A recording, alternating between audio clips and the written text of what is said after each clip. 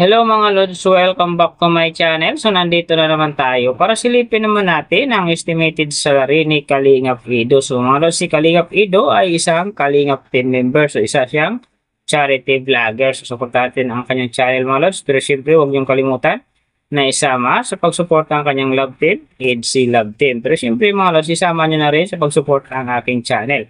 So kung bago pa kayo sa aking channel, pakiclick naman ang subscribe natin and then siyempre pakipost na rin ng notification bell para lagi kayong updated sa ating video. So ano pa ba ang hinihintay natin mga Lods?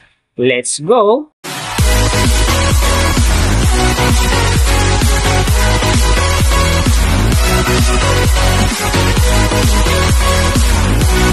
So mga Lods, si Kalingap Ido sa ngayon ay mayroon ng upload videos na 652 and then mayroon na rin siyang subscriber na 330,000. So, may video views naman siya ngayon na 36,459,628.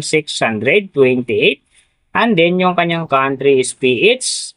So, yung channel type naman niya is games. Then, yung account niya, ginawa ito noong February 10, 2021. So, doon naman sa kanyang total grade, nakakuha siya ng letter B. And then, sa kanyang social blade rank naman, nasa 257,657.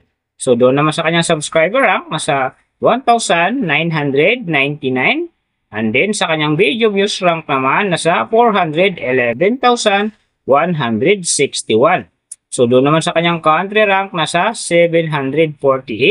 And then, sa kanyang games rank naman, nasa 1,468. So, nakita na natin yung kanyang ranking. Silipin naman natin yung kanyang last 30 days na subscriber. So, nakakuha siya dito ng 6K. Ang pinaganda lang dito mga Lods kasi umangat ito ng 0.0%. Ang ibig sabihin nun, kung i-compare natin sa nakaraan niyang buwan, halos parehas lang ang pasok ng kanyang subscriber. So, hindi ito umangat ng malaki, hindi naman ito bumaba. So, doon naman sa kanyang views mga Lods in the last 30 days, nakakuha siya ng 1.732 AM views. So, ito ang maganda kasi ang kanyang percentage naman dito ay umangat ng 1.9%. So, ibig sabihin, mas maganda ang pasok ng kanyang views sa ngayon kung i-compare natin sa nakaraan niyang buwan. So, nakita na natin yung kanyang ranking, last 30 days subscriber, and then yung kanyang views. Silipin naman natin yung kanyang daily summary from subscriber, views, and then yung kanyang earning. So, sa kanyang subscriber mga Lods, may 4 na araw ako nakita rito na umangat ng tig 1K.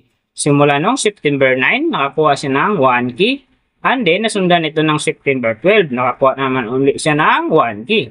Pagdating naman ng September 16, nakakuha ulit ng 1K. And then, yung last yung September 20, nakakuha ulit siya ng 1K. Kaya ang kanyang subscriber ngayon nasa 330,000.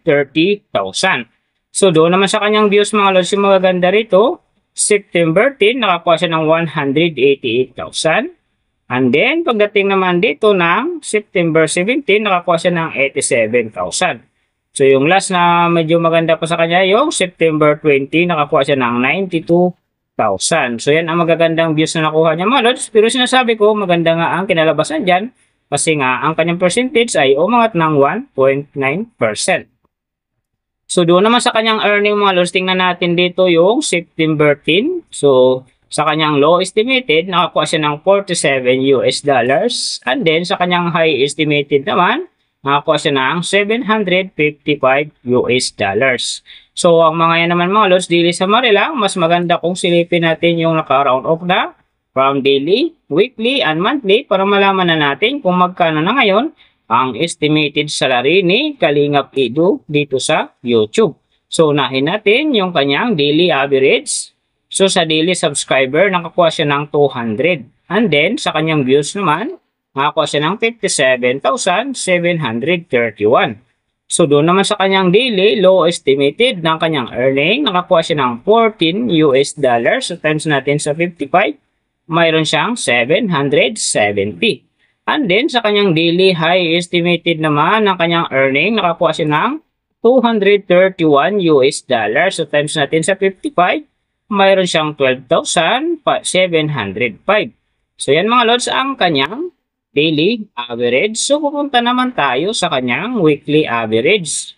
So, sa weekly subscriber, nakakuha siya ng 1.40. And then, sa kanyang views naman, nakakuha siya ng 404,117. So doon naman sa kanyang weekly low estimated ng kanyang earning, nakakuha siya ng $101. So times natin sa 55, mayroon siyang 5,555. And then sa kanyang weekly high estimated naman ng kanyang earning, nakakuha siya ng $1,600. So times natin sa 55, mayroon siyang 88,000. So yan naman mga lods ang kanyang weekly average. So pupunta naman tayo sa kanyang monthly average. So sa monthly subscriber, nakakuha siya ng 6K. And then sa kanyang views naman, nakakuha siya ng 1,731,906. So doon naman sa kanyang monthly low estimated ng kanyang earning, nakakuha siya ng $433. So times natin sa 55, mayroon siyang 23,815. And then sa kanyang monthly high estimated naman ng kanyang earning, nakakuha siya ng $6,900. So times natin sa 55, mayroon siyang 379,500. So yan naman mga lods ang kanyang monthly average. And then yung nababanggit ko rito or nakikita nyo is pawang estimated lamang yan. Nakabase lang tayo sa Social Blade website. Isang public website na kahit sino pwedeng mag-open para malaman kung magkano na ang estimated salary ng ating mga iniidolong YouTuber, vlogger, or influencer. And then mga lods, lagi kong sinasabi na palaging natutupad dyan yung low estimated kasi nga hindi talaga natin kayang i-demand sa ating viewers na huwag mag-skip ng ads.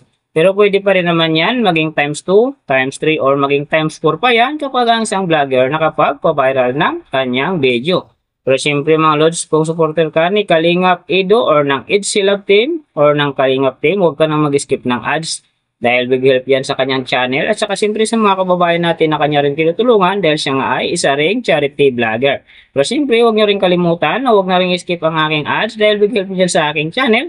At saka siyempre sa aking mga personal na hadikain. So mga lods, kung nagustuhan nyo ang video na to, click naman ang subscribe natin. And then siyempre pakipost na rin ng notification bell para lagi kayong updated sa ating video. And then, kung mayroong gusto magpagawa ng video na same nito para sa inyong mga iniidolong YouTuber, vlogger, or influencer, comment nyo sa baba yung tamang detalye ng kanyang channel para ma-search natin kaagad at magawa natin sa next video. So, big thank you sa lahat ng mga sumusuporta sa aking channel. Sa magsusupport pa lang, ingat kayo palagi and God bless. At sana gabayan kayo palagi ng Panginoon sa ginagawa nyo araw-araw.